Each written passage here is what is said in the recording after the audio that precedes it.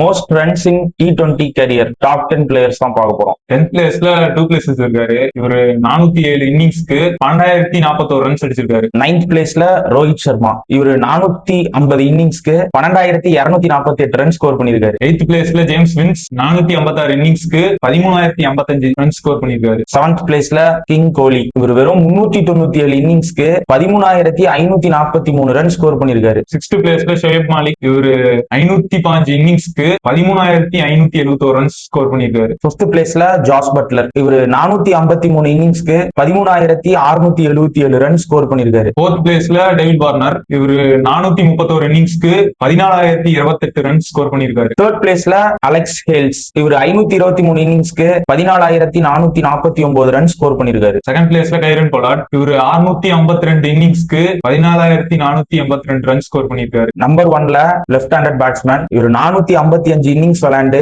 14,562 run score பண்ணிருக்காரு. Player யாருன்னு தெரிஞ்சா கமெண்ட்ல சொல்லுங்க.